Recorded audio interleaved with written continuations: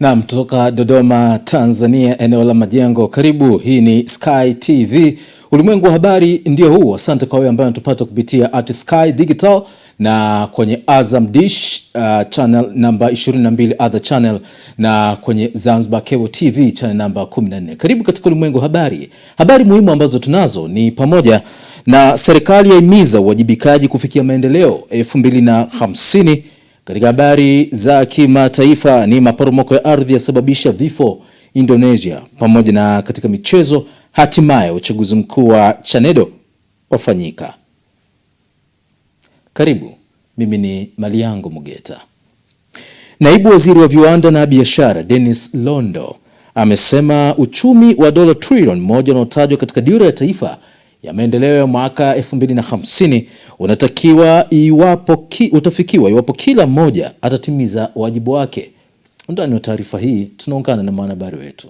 Malengo mahususi ya Dira ya 2050 ni kuifanya Tanzania ifikie hadhi ya uchumi wa juu, viwanda vikiwa mojawapo ya sekta zinazotazamiwa kufanikisha malengo hayo. Katika ziara yake kwenye Shirika la Utafiti na Maendeleo ya Viwanda Tanzania, Naibu Waziri wa Viwanda na Biashara Dennis Londo ameeleza mageuzi ya viwanda katika kufanikisha dira hiyo. Viwanda ndio vimebeba hatima ya shughuli zote za kiuchumi kwenye nchi ambazo zinaendelea kama ya kwetu. Kwenye nchi ambayo asilimia zaidi ya 70 ni wakulima, maana yake hatuwezi kuendelea kutegemea kilimo kama sehemu ya uzalishaji kututoa, isipokuwa kama sehemu ya mnyororo wa thamani, kuongeza thamani ya bidhaa za kilimo, na hilo viwanda vitatusaidia sana. Dira ya 25 na 50 inatamka wazi kuhusiana na kuhuisha na kustawisha viwanda vya kimkakati ambavyo vina lengo vya kuchechemua uanzishwaji wa viwanda vidogo vidogo, lakini pia viwanda vya kati na hata vikubwa.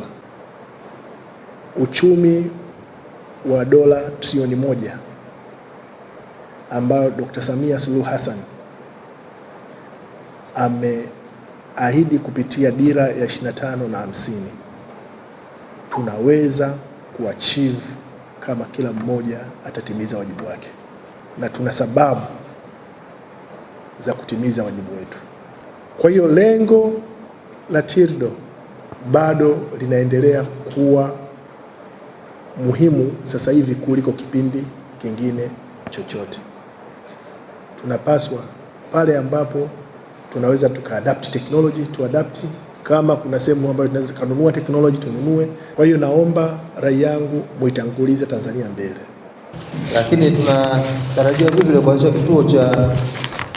kituo cha kutengeneza na kufanyia matengenezo vifaa vya elektroniki, Electronic Fabrication Center, kwa ajili ya kukuza ubunifu wa ndani na kupunguza utegemezi wa teknolojia za nje kutoka nje. Ili kuanzisha kituo cha taarifa za viwanda na ubashiri wa teknolojia za viwanda, Industrial Information and Technology Forecasting Center, ili kusaidia taifa kupangilia mwenendo na mwelekeo wa maendeleo ya teknolojia na uzalishaji wa thamani. Vile vile uboreshaji wa mifumo wa utunzaji wa takwimu ambao unaitwa National Industrial Information Management System.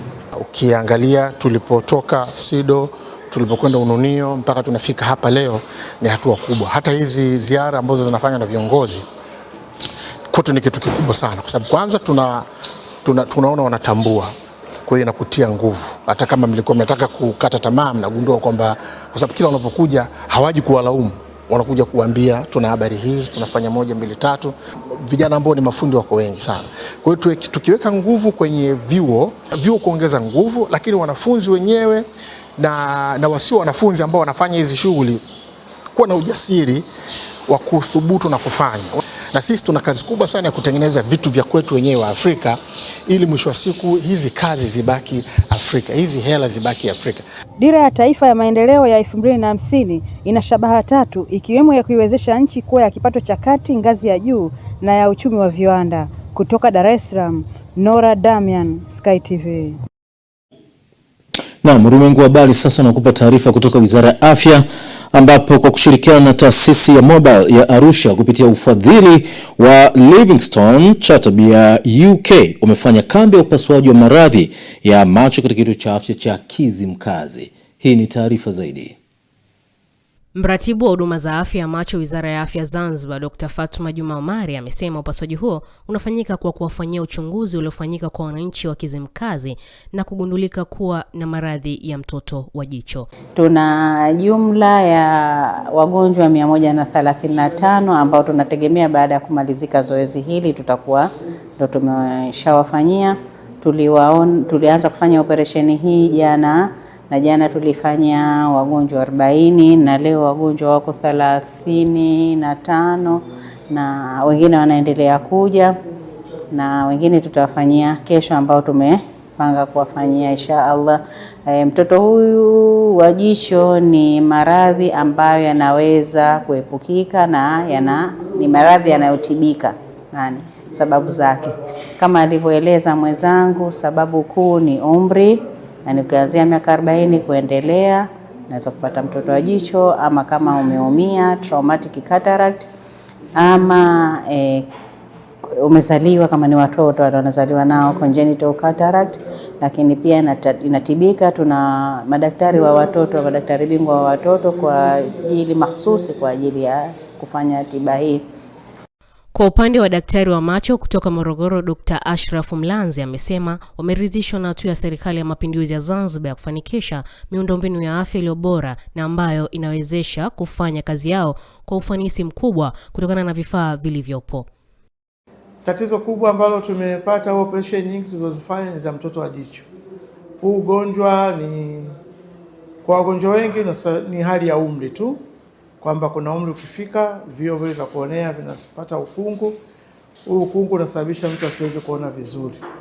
Kwa hiyo wagonjwa wengi ni watu wazima, ni upofu unaozuilika. Bila kupata matibabu, wagonjwa wengi wanakuwa kama ni vipofu kwa sababu hawezi kufanya shughuli zozote za kimaendeleo. Mtu ambaye haoni hawezi kwenda shamba, hawezi kwenda kwenye shughuli za uvuvi na shughuli nyingine za kujitafutia. Kwa hiyo wengi ni watu wazima lakini bado wana nguvu. Tukiwapa hii huduma, wakirudi kwenye uoyo wao, watarudi kufanya shughuli zao za kiuchumi na hivyo kuweza kuinua hali zao za maisha. Wengine wanapata shida kwenye matatizo kama ya kisukari. Wapo wagonjwa wa kisukari wanapata matatizo. Wengine kwa sababu mbalimbali, labda ni kuumia, labda alipigwa au aligongwa na kitu kizito kwenye jicho, wanapelekea kupata mtoto wa jicho. Lakini kwa asilimia karibu 90 ya wagonjwa ambao tumewahudumia, wake kwa waume, wote ni sababu ya umri ndio wameweza kupata tatizo la ugonjwa wa macho. Naye Bi Fatma Ali Vuai, mkazi wa Uzini, ameshukuru serikali kwa msaada wao huo wa kufanyia upasuaji wa macho hapa nchini, ambapo umeweza kuepusha gharama kubwa wangetakiwa kusafirishwa nje ya nchi, na kuitaka Wizara ya Afya kuendelea kutoa huduma hizo ili kuondokana na mpaka sasa. Na labda shukurani kubwa nyingi sana kupata matibabu ya macho, na hivyo mpaka sasa natoa pongezi nyingi sana za kufanyiwa jicho langu. Nashukuru, si jambo, sivyo nilivyokuwa jana, lakini sivyo leo nilivyokuwa. Shukuru sana katika Serikali ya Mapinduzi ya Zanzibar kwa mpangilio uliofanya, huu mkubwa kabisa kwa kutoa maisha yetu. Maana mwanzo nilipata matatizo nishtuka nitafanya nini? Kashinda pa kwenda. Kwanza mwenzangu nimeona huduma nzuri tu, wala siwe naoga sana. Kwa hiyo wafanye na vyo kama wana matatizo kama haya wafanye waje tu. Hapa leo tumekuja fanyiwa macho bure, hatukulipa hata shilingi moja. Kwa hivyo natoa pongezi sana, na iendelee, isiwe mwisho, iendelee na wengine waje wafanywe dawa bure. Sofia Daudi, Sky TV. Naam, katika ulimwengu wa habari hivi karibuni tulikupa taarifa kuhusu mjane Pili Kafuye ambaye alitolewa nje na kutokana na mgogoro mkubwa wa ardhi. Sasa taarifa zaidi katika ulimwengu wa habari ni hii ifuatayo kuhusu mjane Pili Kafuye ambaye ametolewa nje na mabaunsa waliokuwa wanataka kuvunja nyumba yake kufuatia mgogoro mkubwa wa ardhi unaoendelea katika eneo la Mbezi Msakuzi jijini Dar es Salaam.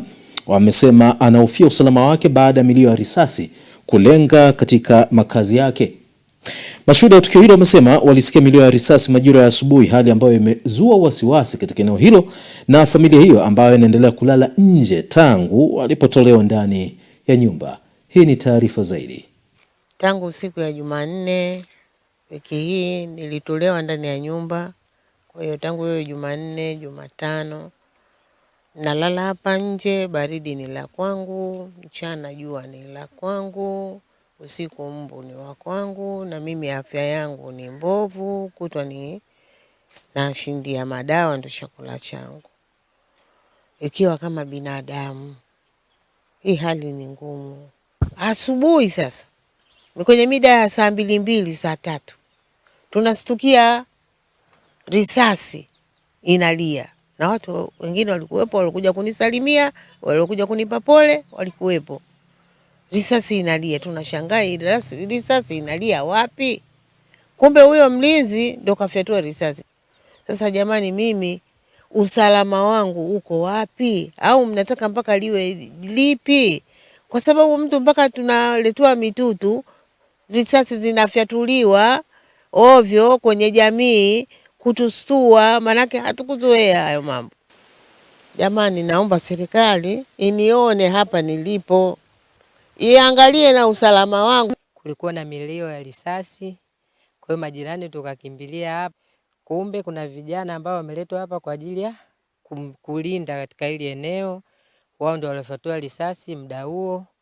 Wamekuja hapa kwamba wanaamrisha huyo mama hatakiwi kukaa katika eneo hilo.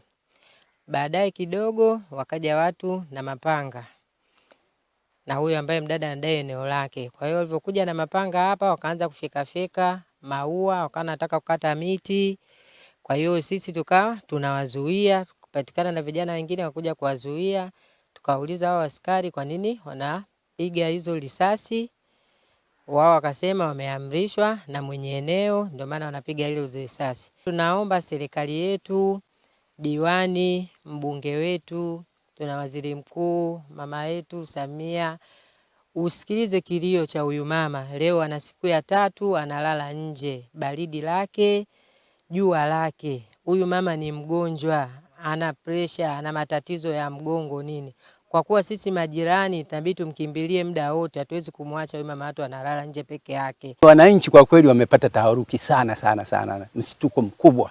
Wanaishi kwa wasiwasi kweli, kwa sababu wanajua hili tukio tangu huyu mama atolewe nje kumekuwa na kutofahamu hapa. Kuna mambo mengi yanajitokeza, huyu mama hana raha. Yani haishi kwa amani kabisa katika eneo hili. Kama kuna shida, taratibu za kisheria zingefuata, kuliko kumweka mama wa watu nje anateseka. Halafu hivi vitisho, wananchi wangu kwa kweli katika eneo hili hawana raha kabisa. Kila leo akiamka wanasikilizia kutatokea nini. Hasa hii ya kupiga bunduki.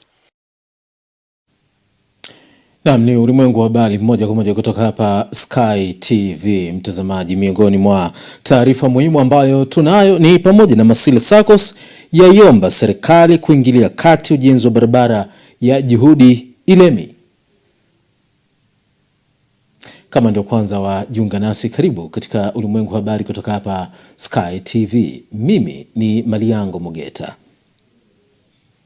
Chama cha kijamii cha Masile SACCOS kilichoko jijini Mbeya kimelalamikia ubovu wa miundombinu ya barabara ya Juhudi Ilemi, kikidai kuwa hali hiyo imekuwa ni kikwazo kikubwa cha maendeleo ya kiuchumi na jamii kwa ujumla kwa wananchi wa eneo hilo, ambapo kwa sasa kimetoa ombi kwa mkurugenzi wa halmashauri ya Mbeya kusaidia ujenzi wa barabara hiyo ili kurahisisha shughuli za usafiri. Hii ni taarifa zaidi. Ambapo amesema barabara hiyo imesahaulika kwa muda mrefu, ambayo inasababisha wananchi kushindwa kufika kwa wakati, huku afisa mikopo wa chama hicho Naumu Mwaipopo akieleza shughuli walizozifanya katika kuadhimisha siku hiyo. Masile SACCOS inafanya vizuri, ni SACCOS ambayo inaenda na inakuwa kwa kasi sana. Tuna changamoto kubwa eneo la Juhudi, barabara yetu imesahaulika kabisa. Ukipita Juhudi huwezi kuamini kama ni ndani ya jiji la Mbeya. Ni barabara ambayo haitengenezwi, haisembuliwi, basi iko tu hapo. Kwa hiyo tuna changamoto kubwa sana ya barabara. Wananchi wa kawaida wanashindwa kutufikia tumetoa ombi kwa mkurugenzi wa jiji la Mbeya waone namna ya kuhimiza kutengenezwa kwa barabara hiyo. Ni ombi mpaka kesho. Tunaomba barabara ya Juhudi Lemi itengenezwe. Ndugu mgeni rasmi, katika kutekeleza maadhimisho ya mwaka 2026, bodi ya chama katika vikao vyake iliazimia kutoa misaada mbalimbali kama ifuatavyo. Namba 1, chama kitawapatia ceiling board piece 25, mbao 115 ambao ni 2x3x12 mtaa wa Ilindi kama walivyoomba katika barua yao. Namba 2, chama kitatoa msaada wa viti 10 na meza 5 katika shule ya msingi VETA. Namba 3, chama kitatoa msaada wa kipaza sauti kwa ubalozi shina namba 1 mtaa wa Kagera. Namba 4, kutoa msaada wa mashuka, vyakula mbalimbali kwa wahitaji katika kituo cha kulelea watoto cha Nuru kilichopo Uyole. Akijibu ombi hilo kwa niaba ya mkurugenzi wa jiji la Mbeya, Dr. Lawrence Kibona ambaye ni mgeni rasmi wa maadhimisho hayo, amesema atalifikisha swala hilo kwa mkurugenzi ili waanze utekelezaji wa ujenzi wa barabara kwa haraka. Pamoja na kwamba bajeti za barabara hazipo halmashauri, ipo nafasi ya mkurugenzi kushauri kwenye upande wa wenzetu wa TARURA kwamba barabara sasa zinazoenda kutekelezwa ni zipi, kwa kipaumbele kipi. Halmashauri ya jiji la Mbeya imenunua greda la kutengeneza barabara. Kwa kuwa imenunua, swala la kutengeneza hili barabara itakuwa ni moja barabara za kipaumbele ambazo mimi nitaenda kumfikishia mkurugenzi ili tuweze kuiweka sawa ili wana Masile ombi lao liwe limetekelezwa. Naye mmoja wa wanufaika wa msaada uliotolewa na Masile SACCOS ametoa shukrani kwa chama hicho kwa namna walivyojitoa, huku mmoja wa wanachama akitoa wito kwa wananchi kujiunga na chama hicho. Tupo katika hii siku ya Masile Day. Tumefika hapa, tumekabidhiwa meza 5 na viti 10 kwa ajili ya walimu wa shule ya msingi VETA. Tunashukuru sana Masile SACCOS kwa msaada waliotupa. Mikopo kausha damu inanyanyasa watu, huku kuko salama. Jiunge na Masile. Nikiripoti kutoka mkoani Mbeya, Upendo Kibetile, Sky TV. Naam, tunatoka jijini Mbeya na sasa tunaelekea mkoa wa Songwe ambapo taarifa inaeleza kuhusu mwenyekiti wa Chama cha Mapinduzi mkoa wa Songwe Bwana Radwell Mwampash amewahimiza madiwani wa halmashauri ya wilaya Ileje kuwa na ushirikiano wa karibu baina yao na viongozi mbalimbali katika wilaya hiyo, lengo likiwa ni kuwaletea wananchi maendeleo endelevu. Hii ni taarifa zaidi. Mwampash ametoa wito huo wakati alipohudhuria kikao cha pili cha baraza la madiwani wa halmashauri ya wilaya ya Ileje, akisisitiza kuwa mshikamano na ushirikiano kati ya viongozi utarahisisha upatikanaji na utekelezaji wa miradi ya maendeleo kwa wananchi. Moja ya kazi ya madiwani ni kuwawakilisha wananchi, si kuwawakilisha. Lakini la pili ni kutunga na kupitisha maamuzi ya halmashauri kama tunavyofanya hivi. Lakini lingine ni kusimamia utekelezaji wa miradi ya maendeleo katika wilaya na mengine mengi. Niwaombe sana madiwani wa wilaya ya Ileje. Naomba kitu cha kwanza tushirikiane kati ya madiwani kwa madiwani, kati ya madiwani na watendaji wetu wa halmashauri, kati ya madiwani na wananchi, kati ya madiwani na viongozi wa chama. Viongozi wa chama ndio waliowachuja na kuwapitisha kutokana na sifa zenu zilizo njema kimaadili, kielimu, kiuwezo, kimaono na kiuchapakazi. Hivyo ni imani ya Chama cha Mapinduzi kwamba katika wilaya ya Ileje mnakwenda kuonyesha dira, kuhakikisha kwamba katika kipindi cha miaka 5 tunakwenda kupata maendeleo tofauti na kipindi kilichopita. Aidha, amewataka madiwani kutoendelea kukaa kimya pale wanapobaini utendaji usioridhisha wa baadhi ya watendaji wa serikali, bali wachukue hatua stahiki kwa mujibu wa sheria na taratibu zilizopo. Mkurugenzi, ukweli wananchi hawa wanakutegemea sana wewe pamoja na watendaji wako wa kazi. Kama mtaonyesha uadilifu, mtasimamia vizuri miradi, mkatoa ushauri kwa madiwani, ninaamini wilaya hii inakwenda mbele. Na nyie madiwani, pale mnapoona watendaji mmoja asimamie pasavyo, msisite kusemea pembeni. Kaeni, mwiteni, mwelekezeni, mshaurini. Mara ya kwanza, mara ya pili, mara ya tatu. Washirikisheni viongozi wa chama, tushirikieni viongozi wa chama, washirikisheni viongozi wa kamati za ulinzi, washirikisheni wananchi, lakini lengo sio kukomoa, lengo iwe kuijenga wilaya ya Ileje. Ukifanya hivyo, ndugu zangu, tutatoka hapa tulipokwenda hatua nyingine mbele. Ripoti kutoka mkoani Songwe, mimi John Kiango, Sky TV. Naam, na sasa tunajikita katika eneo la bima zaidi, lakini katika vyombo vya moto, ambapo wakati ajali za barabarani zikiendelea kuwa chanzo kikubwa cha hasara kwa watumiaji wa vyombo vya moto, matumizi ya bima bado yaonekana kuwa ni changamoto kubwa zaidi, licha ya kuwa nyenzo muhimu ya ulinzi pale ajali zinapotokea. Undani wa taarifa hii huu hapa. Sky TV imefanya mahojiano na Bwana Saleh Ali Rashid ambaye ni mmoja wa wanufaika wa huduma ya bima kutoka shirika la bima la ZIC. Amesema bima imemsaidia kuepuka hasara kubwa ambazo zingeathiri maisha yake na uchumi wake kwa ujumla. Bila shaka kwamba ukitazama tu sheria yake ya ambao ya nchi, kila mtu ambaye atakuwa na chombo cha moto lazima awe, lakini mimi binafsi sijawahi kupata athari yoyote ambao tayari kwa naona changamoto kutokana na rafiki zangu mabadiliko makubwa ni kuweza kujiamini wakati unatembea barabarani, kwa sababu unaweza kaenda hivi na unamuona tu askari unajua hapa tayari sina bima katika kwa kesi. Kwa hiyo hayo ni mabadiliko makubwa ambayo kwamba yanaweza kuathiri. Mtazamo wangu niseme kwamba shirika la bima linajitahidi na waziri kujitahidi kuweza kuwaelimisha vijana na watumizi wengine wa magari ili waweze kupata bima na kuepuka. Kwa hiyo kikubwa ninachoambia mtazamo wangu waziri kujitahidi, lakini pia niwahusie na kuweza kuambia madereva wote au wamiliki wote ambao wana vyombo vya moto basi waifuatilie hii bima kwa sababu ni nzuri na salama kwa wao. Tukakate bima, tukakate bima, hata kama sasa hivi tumepunguziwa sana masuala ya bima. Hata kama utakuwa hauna ile pesa kutolewa yote, basi zipo baadhi ya taasisi zinazotoa na kidogo kwa ila pale unakuwa unatanguliza kidogo. Kwa hiyo tuamke, tukakate bima. Kwa mujibu wa sheria, matumizi ya bima kwa vyombo vya moto ni lazima. Madereva bodaboda waliozungumza na Sky TV wameelezea umuhimu wa bima, wakisema ni nyenzo muhimu ya usalama barabarani, huku wakiwahimiza wenzao kuhakikisha wanakata bima kwa wakati kwa ajili ya usalama wao na abiria wanaowabeba.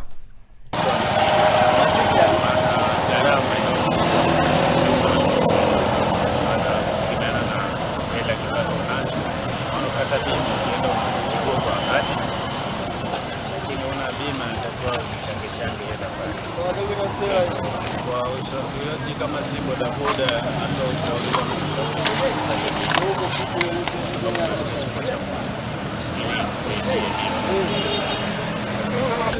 sababu sisi vyombo vyetu vimekatiwa bima, na bima serikali inahimiza tukatie bima, lakini katika ufanyaji wetu wa kazi labda imetokea emergency, labda ajali, bima inakuwa haitufuatilii.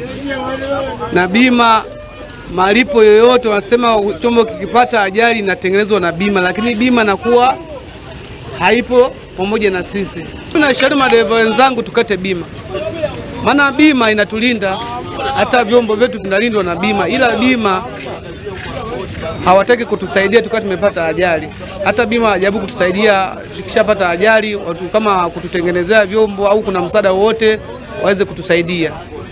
Ushuhuda wa wanufaikaji wa bima pamoja na madereva wa bodaboda unaonyesha wazi kuwa bima si gharama, bali ni kinga muhimu kwa watumiaji wa vyombo vya moto inayowasaidia kulinda maisha yao, vyombo vyao na ustawi wa maisha yao kwa kila siku. Zinazire Mswima, Sky TV, Dodoma. Naam, taarifa hiyo inakamilisha habari za kitaifa. Mapumziko yafuatayo katika ulimwengu wa habari itakuwa na nafasi ya kuweza kufahamu katika habari za kimataifa. Endelea kwa pamoja nasi katika Sky Digital.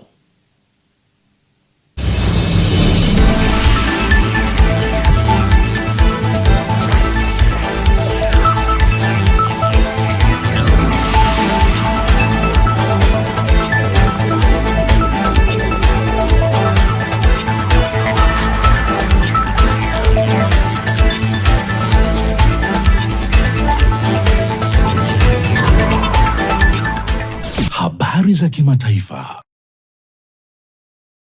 Karibu katika habari za kimataifa, naitwa Pius Jayunga.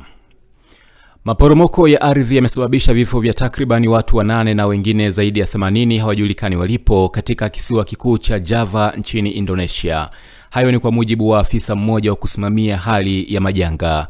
Maporomoko hayo yaliyosababishwa na mvua kubwa yalikumba vijiji viwili katika eneo la magharibi mwa Java la Bandung mnamo saa za alfajiri na kuzika maeneo ya makazi. Katika taarifa, msemaji wa shirika la majanga la kitaifa au BNPB, Abduli Muhari, amethibitisha kwamba watu 8 wamefariki na baadaye asubuhi makumi ya wakazi waliripotiwa kuwa salama, huku juhudi za kuwatafuta wengine 82 wasiojulikana walipo zikiendelezwa.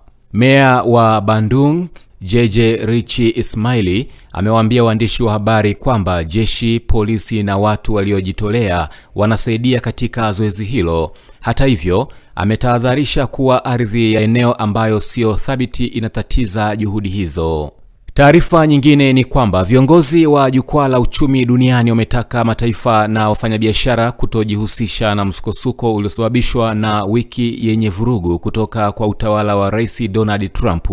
Viongozi hao wametoa wito badala yake kuangazia namna ya kuimarisha ukuaji na kupambana na ukosefu wa usawa. Mkuu wa Benki Kuu ya Ulaya Christine Lagarde, mkuu wa shirika la kimataifa la fedha Kristalina Georgieva na mkuu wa shirika la biashara duniani Ngozi Okonjo-Iweala wamesema wakati wa majadiliano kwenye jukwaa hilo kwamba uchumi wa dunia umeonyesha uthabiti usiotarajiwa licha ya misukosuko. Wamesema ustahimilivu huo umesalia licha ya kuvurugwa na sera ya biashara ya Marekani chini ya Rais Donald Trump aliyetishia kuzitoza ushuru nchi zinazopinga hoja yake ya kuinunua Greenland, ingawa alikiondoa kitisho hicho. Lakini licha ya hayo, wakuu hao wamesema bado kuna changamoto kama za viwango vya kutisha vya madeni ya serikali na ukosefu wa usawa. Tuhitimishe habari za kimataifa na taarifa ifuatayo. Kansela wa Ujerumani Friedrich Merz amekataa kujiunga na kile kinachojulikana kuwa bodi ya amani ya rais wa Marekani Donald Trump katika muundo wake wa sasa. Kiongozi huyo hata hivyo ameonyesha utayari wa kushiriki katika mifumo mipya ya mazungumzo na Marekani. Katika mkutano na waandishi wa habari jana mjini Roma nchini Italia, baada ya mazungumzo kati ya maafisa wa serikali za Ujerumani na Italia, Merz amesema wako tayari kutafuta aina nyingine mpya za ushirikiano na Marekani.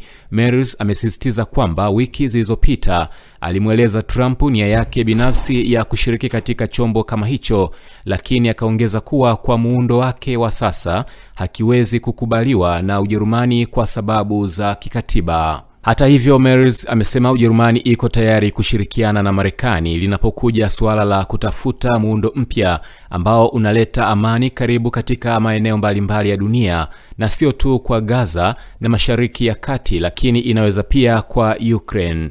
Mwisho wa habari za kimataifa. Naitwa Pius Jayunga.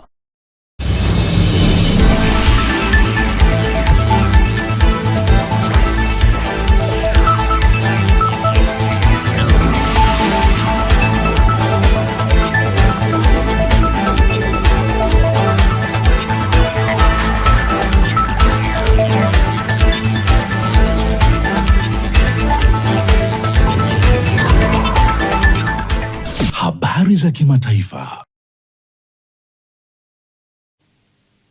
Naam, mara baada ya habari za kimataifa na sasa mapumziko yafuatayo yanatupeleka katika habari za michezo na burudani. Endelea kwa pamoja nasi.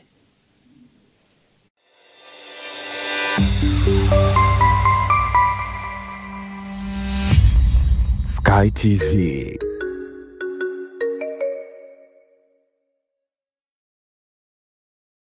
Habari, jina langu ni Sarah kutoka ya ZIC. Kazi yangu ni kukuongoza katika kufanya maamuzi sahihi ya kujikinga wewe na mali yako dhidi ya majanga yasiyotarajiwa kwa kupata bima kutoka ZIC. Je, unaifahamu ZIC?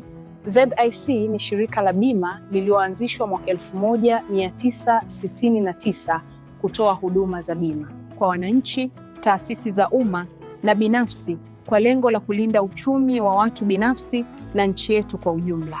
Lengo letu ni kuwa kampuni ya bima inayoaminika na wateja na kutambulika kote Afrika Mashariki. Dhamira yetu ni kulinda na kuwawezesha wateja wetu kwa kuwapa huduma bora na za kuaminika. Baada ya utangulizi wangu, ungependa kujua kuhusu huduma zetu? ZIC tunatoa huduma za bima za mali na ajali, na kati ya hizi ni bima ya magari, bima ya wizi, bima ya moto, bima ya mizigo.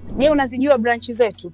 Kuhakikisha tunawafikia wateja wetu nchi nzima, tunatoa huduma zetu kupitia ofisi zetu kuu zilizoko mtaa wa Mpirani pamoja na matawi yetu yafuatayo: Amani, Marhubi, Chake Chake, Dar es Salaam, Dodoma, Mwanza, Kahama, Arusha, Tanga, Mbeya na Mtwara. Unajua ni njia gani tunazotumia kuwapa wateja wetu huduma? Tunatoa huduma kupitia ofisi zetu, kupitia mawakala na madalali wa bima waliosajiliwa na Mamlaka ya Bima Tanzania, kupitia mawakala wa Bank Assurance na pia kupitia mitandao ya simu kupitia Voda Bima na Mix by Yas. Karibu ufurahie huduma zetu kwa masaa 24. Tunakujali.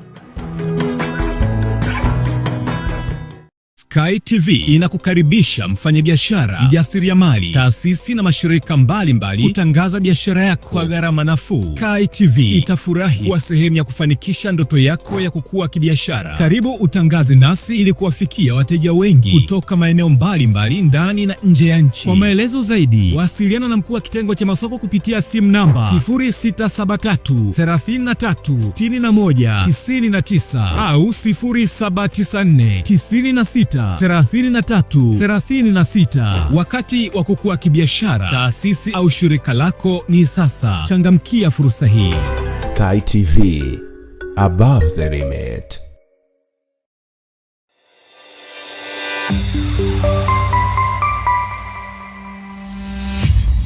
Sky TV.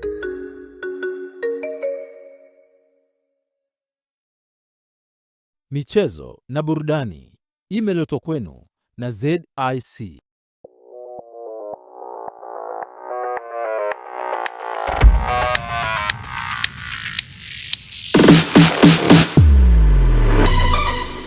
Habari za michezo na burudani.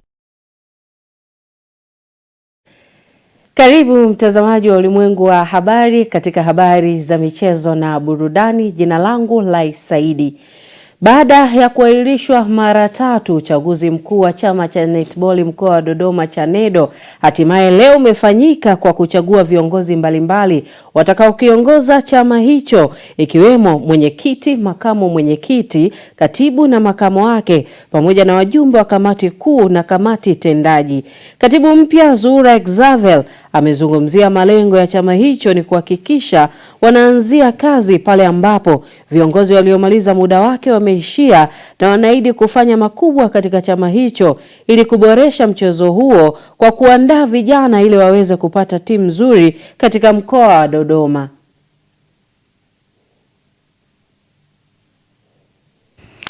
Mimi ni ndugu Happiness Jitihada Saidi ambaye nilikuwa mgombea. Jina langu ni Zuhura Xavier Achiula, ni katibu mteule wa chama cha mpira wa netball mkoa wa Dodoma. Awali ya yote nipende kutoa shukrani kubwa sana kwa Mwenyezi Mungu, lakini nitoe shukrani kubwa sana kwa wajumbe ambao wamenipatia nafasi pamoja na viongozi wenzangu ambao tumechaguliwa kuingia katika nafasi hii na kuweza kuanza pale wenzetu waliishia kama viongozi waliostaafu. Lakini zaidi ya hilo, nitoe shukrani za dhati kabisa kwa uongozi ambao umemaliza muda wake, kwa sababu viongozi hawa kwa kiasi kikubwa wametengeneza na yale ambayo wao walikuwa wanatamani yafanyike, sisi tunaahidi kwamba tutaendelea kuyafanyia kazi na kuyafanya pale tutakapopata nafasi. Na zaidi ya yote basi niseme kwamba tumeingia katika nafasi hii ili tuendeleze yale ambayo wenzetu waliyafanya, na baadhi ya mambo ambayo tunatarajia tuyafanya sisi kama viongozi. Kiu yetu ni kuboresha mchezo huu wa netball katika mkoa wetu. Nao wajumbe wapya wa chama hicho wameahidi kufanyia kazi zile ahadi ambazo wameziahidi ili kuhakikisha wanasaidia mchezo huo kuweza kukua kwa kasi hapa nchini. Mimi ni ndugu Happiness Jitihada Saidi ambaye nilikuwa mgombea wa mjumbe wa mkutano mkuu taifa kutoka Dodoma Chanedo, na ambapo nimefanikiwa kwenye nafasi hiyo kwa kushinda kwa kura nyingi sana. Nitumie nafasi hii kwanza kuwashukuru wajumbe ambao wamefanikisha ushindi huu. Lakini niahidi kwamba yale ambayo niliongea wakati naomba kura, ya kwamba tutahakikisha kwanza tunaandaa wataalamu wengi ikiwemo makocha, waamuzi na wataalamu wengine ambao watatusaidia katika mchezo huu wetu wa netiboli. Mimi naitwa kwa majina naitwa Happiness Wilson Mtababaje, ni katibu wa kamati, ni katibu wa michezo kutoka wilaya ya Mpwapwa, lakini pia ni mjumbe wa Chanedo mkoa wa Dodoma ambao nimechaguliwa leo kwa kishindo kikubwa sana. Kati ya kura 25 nilipata kura 24. Kwa hiyo namshukuru Mungu kwa kunipa nafasi hiyo, kwa wanachama kuniamini na kunichagua. Naahidi kwamba nitahakikisha kwamba tunakuwa na ushirikiano, upendo, umoja na mshikamano kwa ajili ya kukuza mchezo wa netball katika mkoa wa Dodoma na kuibua vipaji vilivyoko chini katika mkoa wetu mpaka ufike kimataifa na watu wote wa upendo na kuelewa mchezo wa netball. Kwa majina yangu naitwa Madam Neema Elias Mlati kutoka Bai. Kwanza nianze kumshukuru Mungu kwa kunipa nafasi hii ya siku ya leo, kwa kupata nafasi ya mjumbe. Kwanza niwashukuru wajumbe wote walionipigia kura. Kwa kweli nimepita kwa kishindo, na ninawaahidi wajumbe kwamba tutashirikiana kwa pamoja kusikiliza matatizo yao na kuyaleta katika chama chetu cha Chanedo Dodoma. Kwingineko ni kuhusiana na waziri wa madini ambaye ni mbunge wa Mtumba Mheshimiwa Anthony Mavunde amesema kuwa wameanza mazungumzo na shirikisho la soka hapa nchini TFF kwa ajili ya ujenzi wa kituo cha kisasa cha kukuza na kulea vipaji vya soka kupitia programu za FIFA, hatua inayolenga kuibua vipaji vya vijana na kuifanya Dodoma kuwa kitovu cha maendeleo ya mpira wa miguu hapa nchini. Mavunde amesema hayo alipokuwa akitoa vifaa vya michezo kwa mitaa 104 ya jimbo la Mtumba, ambapo amesema kuwa ataendelea kufanya marekebisho ya viwanja vya michezo ili kuhakikisha kila kijana mwenye kipaji anapata eneo la kwenda kuendeleza kipaji chake. Katika hatua nyingine, Waziri Mavunde amewataka wenye viti wa mitaa kwa kushirikiana na madiwani kuhakikisha wanayalinda maeneo yaliyotengwa kwa ajili ya michezo kwa faida ya kizazi kijacho. Kwa hichi ni kituo kingine ambacho tutaendelea nacho, ambacho tayari tumeshaanza mazungumzo na wadau pamoja na TFF. Nimeongea na rais wa TFF ndugu yangu Karia, katika program za FIFA tunataka tuingize jimbo la Mtumba kwa sababu sisi tayari tuna maeneo na FIFA wana utaratibu wa kusaidia kama walivyojenga Kigamboni na Tanga. Changamoto kubwa hiyo maeneo yako wapi? Sisi eneo tunalo. Kwa mimi nitajitahidi kwa nafasi yangu, nitaliboresha lile eneo liwe la viwango vya juu ili baadaye iwe rahisi hata ukienda kuomba misaada mingine mikubwa, basi itakuwa ni sehemu nzuri pia ya kuwa tumeanzia sehemu ambayo hata mtu akija ataona kweli hapa kuna kitu kinaendelea. Sambamba na hiyo, tutaanza pia polepole ujenzi wa mabweni katika eneo lile la Ipala ili watoto hasa wa kiume wataanza kukaa pale pale katika hatua ya awali.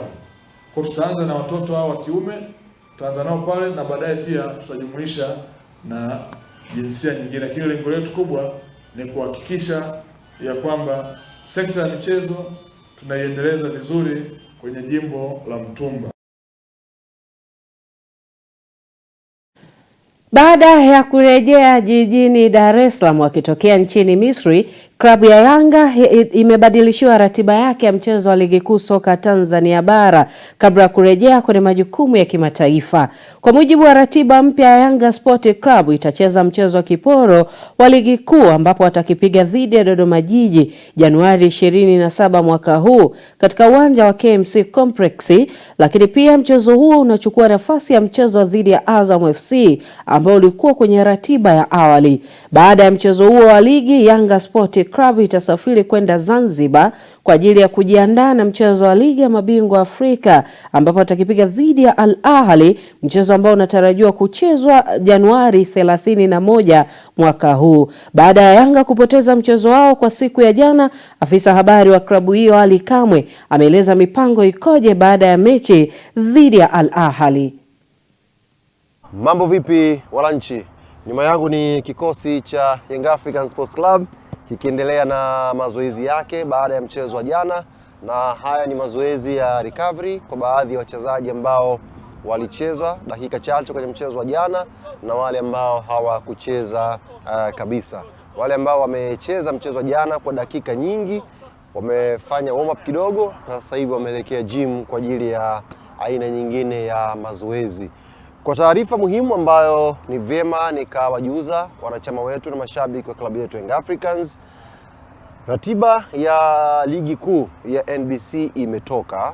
Najua wengi baada ya mechi ya jana tulikuwa tumeshaweka akili tarehe 31 kwenye mechi nyingine ya Champions League tukirudiana na Ahly kule Guantanamo Zanzibar.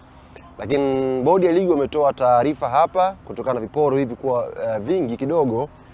Timu yetu ya Young African Sports Club itacheza mchezo wa ligi tarehe 27.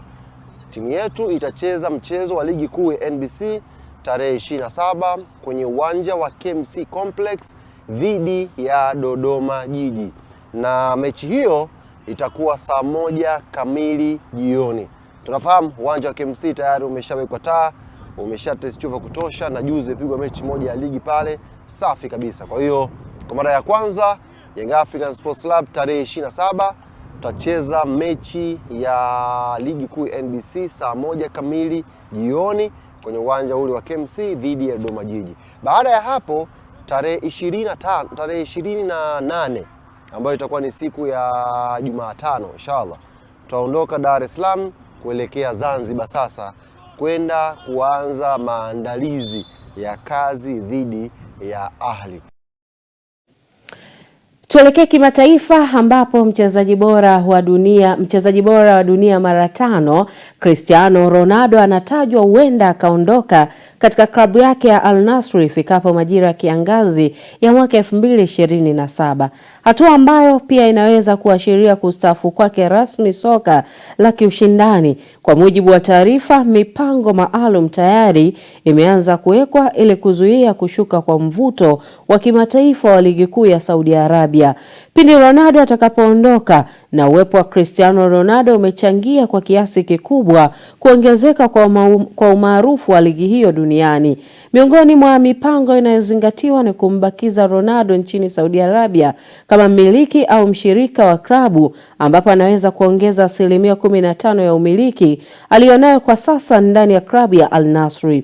Hatua hiyo inalenga kuhakikisha mchango na ushawishi wa Ronaldo unaendelea kuwepo ndani ya soka la Saudi Arabia hata baada ya kustaafu kucheza soka.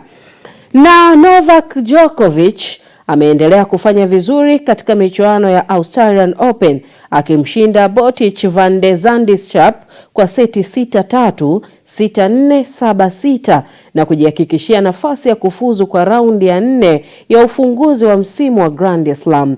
Bingwa huyo mara 10 wa Australian Open alisukumwa kwa nguvu zaidi katika seti ya 3 ambapo aliokoa pointi 2 kabla ya kushinda katika mapumziko ya sare ya kufungana kwa seti 1-1. Ushindi huo uliashiria hatua kuu ya maisha kwa Mserbia huyo na kuendeleza rekodi yake katika kushinda mechi 400 kwenye mashindano ya Grand Slam. Djokovic pia alifikia rekodi ya Roger Federer ya ushindi wa mechi 102 kwenye Australian Open. Amesalia bila kushindwa kwa seti mjini Melbourne mwaka huu na hivyo kusisitiza kiwango chake cha nguvu, huku michuano hiyo ikiingia wiki yake ya pili. Mchezaji huyo namba 1 duniani sasa ameshinda mechi 2 kabla ya kukutana na bingwa mtetezi Jannik Sinner, huku akiendelea na harakati zake za kuwania taji la 11 la Australian Open. Na taarifa hiyo mtazamaji inatufikisha mwisho wa habari za michezo na burudani. Nikurejesha kwake Mariango Mugeta aweze kutamatisha ulimwengu wa habari. Uwe na weekend njema. Michezo na burudani imeletwa kwenu na ZIC.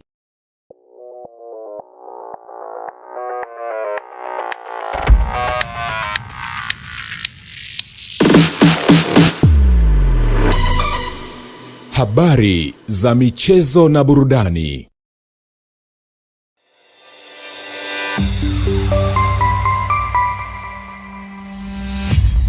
Sky TV.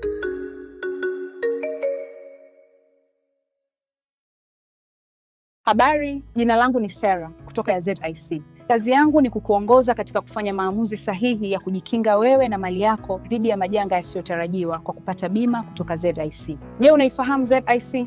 ZIC ni shirika la bima lililoanzishwa mwaka 1969 kutoa huduma za bima kwa wananchi, taasisi za umma na binafsi kwa lengo la kulinda uchumi wa watu binafsi na nchi yetu kwa ujumla.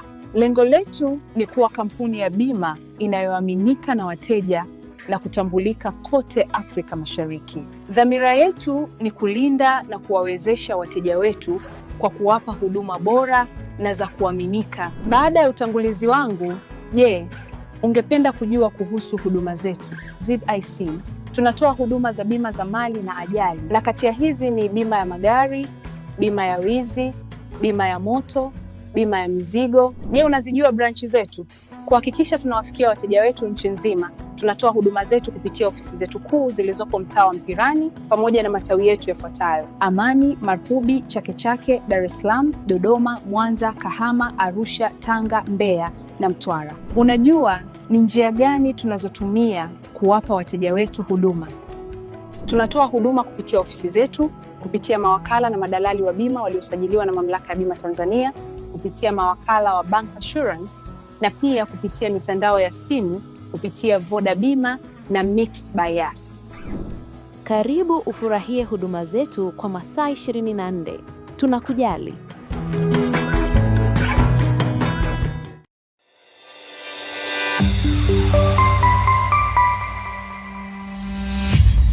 Sky TV.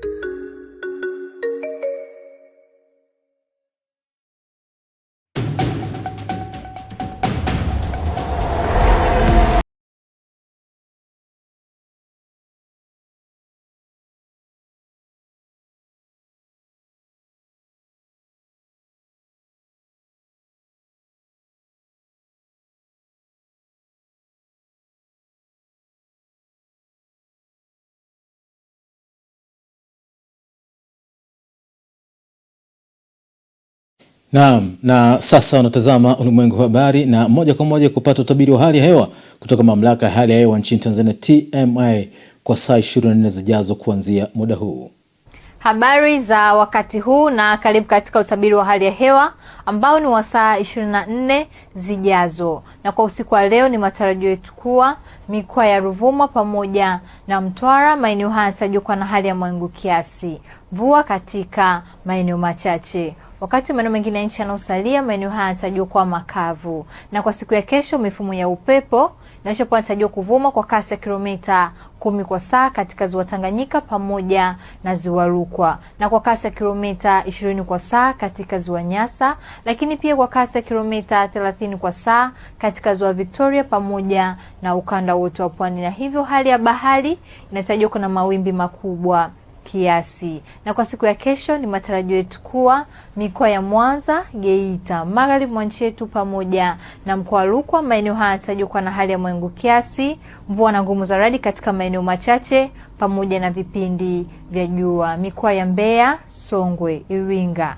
Njombe, kusini mwa mkoa wa Morogoro, Ruvuma, Lindi pamoja na Mtwara, maeneo haya yanatarajiwa kuwa na hali ya mawingu kiasi, mvua katika maeneo machache pamoja na vipindi vya jua. Wakati maeneo mengine ya nchi yanayosalia, maeneo haya yanatarajiwa kuwa na hali ya mawingu kiasi, lakini pia pamoja na vipindi vya jua. Na tupate kuangalia utabiri wa hali ya hewa wa siku 4 zijazo kwa baadhi ya miji hapa nchini. Dar es Salaam, vipindi vya jua pamoja na mvua nyepesi vinatarajiwa. Dodoma, vipindi vya mvua nyepesi, mvua pamoja na mvua na ngurumo vinatarajiwa. Mwanza, vipindi vya jua pamoja na mvua na ngurumo vinatarajiwa. Kilimanjaro, vipindi vya jua pamoja na mvua nyepesi vinatarajiwa. Mbeya, vipindi vya mvua na ngurumo vinatarajiwa. Morogoro, vipindi vya jua, mvua nyepesi pamoja na mvua na ngurumo vinatarajiwa. Lakini pia hata kwa mkoa wa Arusha vipindi vya jua pamoja na mvua nyepesi vinatarajiwa. Na kutoka Mamlaka ya Hali ya Hewa Tanzania hatuna la ziada. Ulikuwa nami Rebecca William, tukutane hapo kesho muda wakati kama huu.